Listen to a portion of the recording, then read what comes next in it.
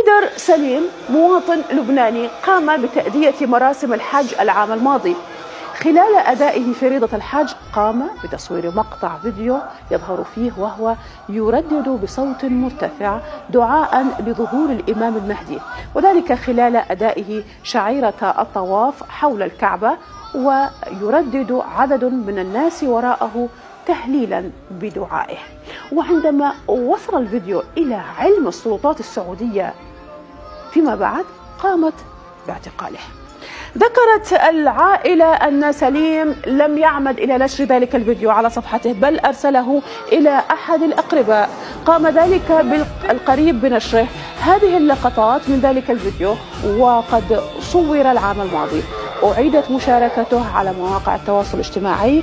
كانت عائلة المعتقل قد تواصلت مع وزارة الخارجية اللبنانية للتدخل وإطلاق مساع لدى الحكومة السعودية من أجل إطلاق سراحه، إلا أن شيئا لم يحدث. وزارة الخارجية اللبنانية لم تصدر أي بيان بهذا الشأن.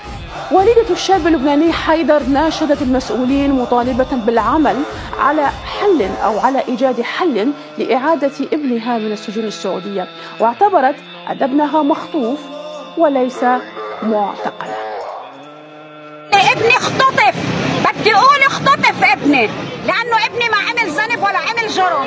ابني لا سرق ولا هرب مخدرات ولا كان موجود بمكان فيه متفجرات. ابني انسان مسالم وكل الناس بتعرفوا انه مسالم. الي سنه بدق ابواب ما خليت باب ما دقيته. لو كان ابني ابن مسؤول كان اجى من ثاني يوم، كانوا كلهم كثفوا اتصالاتهم.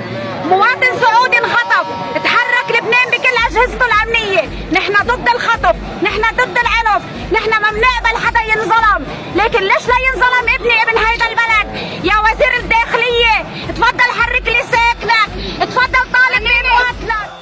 الجديد الآن هو التصعيد الذي حدث بالأمس بعد دعوة عائلة سليم إلى وقفة سلمية وإصدار بيان قالت فيه العائلة: نظرا لآخر التطورات والوعود الكاذبة التي تلقيناها مؤخرا بالتدخل الحتمي لحل المشكلة والمبادرة بالاتصال على الأقل وقرارات القضاء السعودي بحق ولدنا حيدر المحكوم عليه بالسجن لمدة 5 سنوات، قررنا آسفين التحرك السلمي على طريق مطار بيروت الدولي.